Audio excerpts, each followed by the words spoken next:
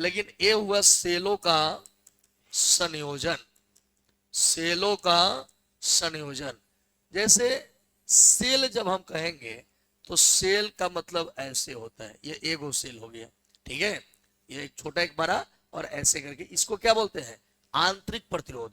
क्या बोलते हैं, आपको बताया गया था, थोड़ा सा मैं सेल में प्रीवियस जा रहा हूं, कि सेल एक ऐसी युक्ति है जो रासायनिक ऊर्जा को विद्युतीय ऊर्जा में बदल देता है।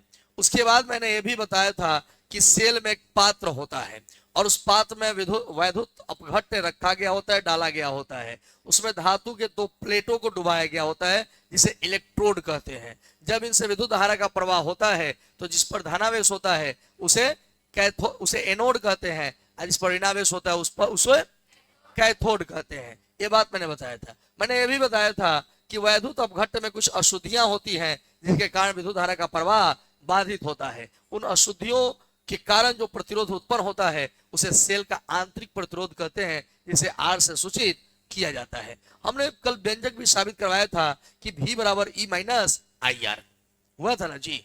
आज अब उसी के आगे हम लोगों को पढ़ना है। जैसे मान लीजिए कि यह दो ही ले लीजिए, ये R1 है, ये R2 है, ये E1 है और यह E2 है।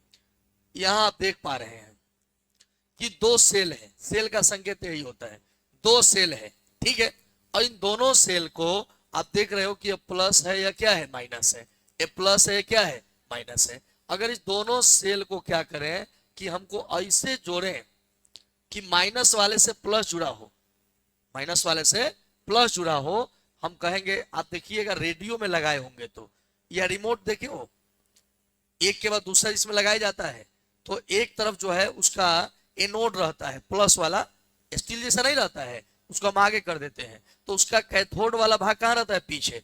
फिर उसके भीतर टच करते हैं किसको, एनोड को, प्लस को माइनस से, माइनस को प्लस से, फिर माइनस को प्लस से, प्लस को माइनस से। अगर ऐसे जोड़ेंगे तो इसको क्या कहते हैं, श्रेणी क्रम संयोजन। क्या कहते हैं, कहा जाएगा कि सेलों का वैसा संयोजन जिसमें किसी एक सेल के धन टर्मिनल को दूसरे सेल के ऋण टर्मिनल से और दूसरे सेल के ऋण टर्मिनल को तीसरे सेल के धन टर्मिनल से जुड़ा गया हो, तो इस प्रकार का संयोजन श्रेणी क्रम संयोजन कहलाता है। इसको और ज्यादा एक्सप्लेन कर रहा हूं। देखो यहाँ पे एक और हम यहाँ पे क्या है जी, बिछाएंगे इसमें, यहाँ पे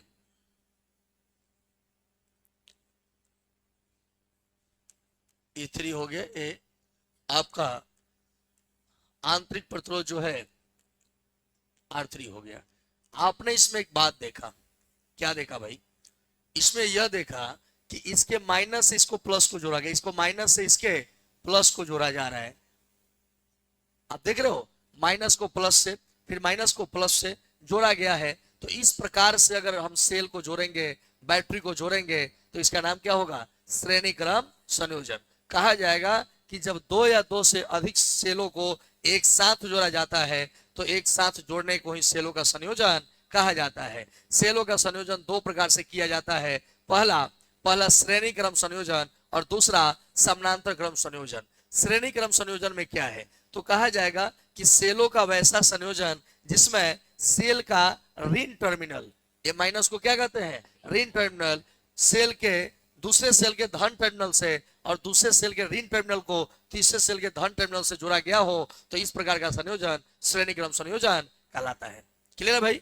जैसे मान लीजिए आप 4-5 को सेल ले लिए, गोबर गैस बनाए हो, गोबर गैस नहीं बनाए हो, हम लोगों ने छोट में बनाया बहुत सारा चीजें, आज भी बच्चे बनाते हैं। और छोटका जो बॉल्वा एक आता है, नहीं आता है गोबर गैस वाला बॉल्वा, वो जड़ता है तो बड़ा खुशी मिलता है। क्या होता था ना कि जो सेल, पहले तो हम लोग के समय रेडियो का जमाना था, तो भाई अनेक प्रकार के आ गए हैं, कैमरा वाला फोन, क्या क्या बोलते हैं उसको, आईफोन बोलते हैं, एप्पल फोन, ये सब जो है।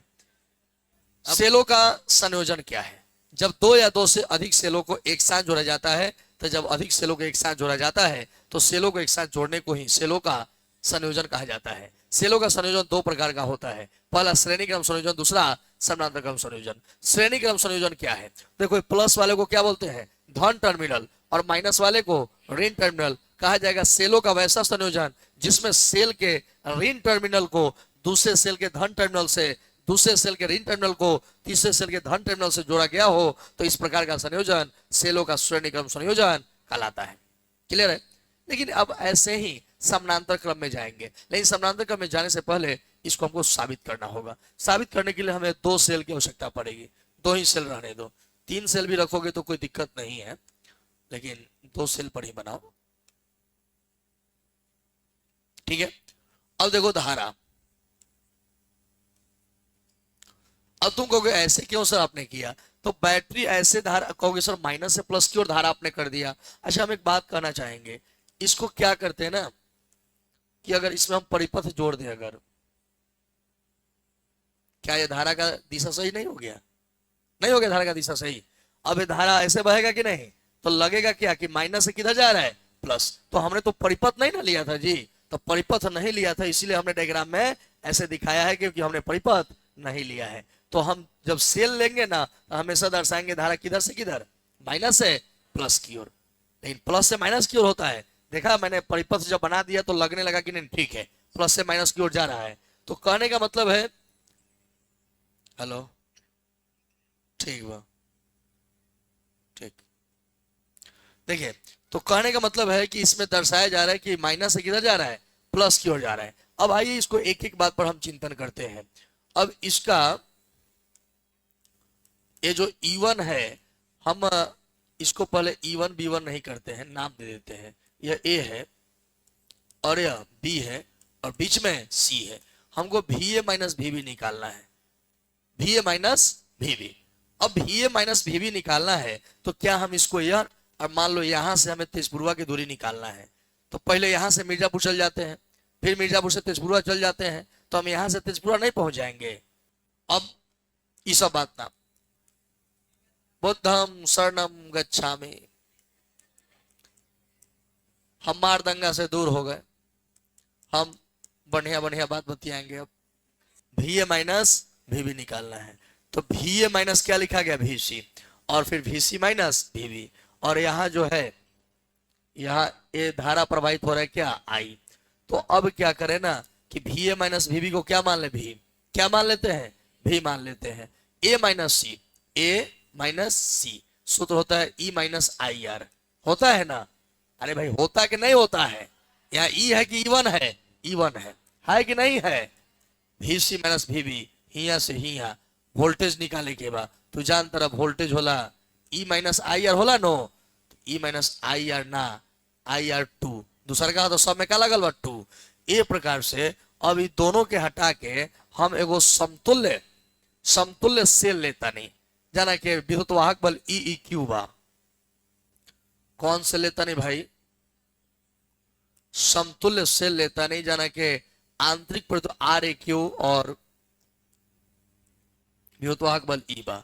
अतः इसका जो है हमें अगर भी निकालना होगा तो E माइनस IR होता है ना, तो यह हो गया। अब इक्वेशन 1 और 2 की तुलना करने पर, इक्वेशन 1 है, ये इक्वेशन 2 है, इक्वेशन 1 और 2 की तुलना करें, इक्वेशन 1 तथा इक्वेशन 2 की तुलना करने पर, तुलना करो तो ये ठीक तुलना वैसे ही है जैसे संधि मिलान में होता है। कौन से को माएग झापड़ चेना को लेते हैं? अरे यही से लोग हमारे खराब कहता है, विद्यार्थी पढ़ते हैं कहते चे, माने भी तो भी लड़ता लड़ता तो एक और बात लड़ावे के पड़ी है। जौन ई वाला फंक्शन बा नु एक ठैया करे के पड़ी। जैसे है ई वाला जौन फंक्शन बा, भले ई जौन लिखल बा है E1 बा, होने का बा E2 बा। अब माइनस I कॉमन ले लो तो यहाँ का बचल बा R1, है का बा R2, समीकरण का बा 1 बा। अब बात यहाँ ई बा, समीकरण 1 और 2 के आपस में तुलना करने पर, आपस में तुलना करोगे तो देखो ये भी है और यह भी है, मिल रहा है, यह EEQ है, EEQ। यहाँ क्या है? E1 जोड़ E2। तथा इधर देखो, इधर है माइनस आई, इधर है माइनस आई, बगल में क्या है आर ई क्यू, इधर क्या है R1 जोड़ R2। मतलब कि दो सेलों को अगर श्रेणी क्रम में जोड़े तो समतुल्य विद्युत वाहक बल का मान होगा ई क्यू बराबर E1 जोड़ E2। असमतुल्य आंतरिक प्रतिरोध का मान होगा R1 जोड़ R2। अगर यही ना n रहे तो E1 जोड़ E2 जोड़ E3 जोड़ E4 dash dash plus En। आंतरिक प्रतिरोध का हुई R1 जोड़ R2 जोड़ R3 dash dash plus Rn तक हो जाएगा। यह व्यंजक हो गया किसका, श्रेणी क्रम का। ये दोनों व्यंजक है, ये आंतरिक प्रतिरोध का या विद्युत वाहक बल का।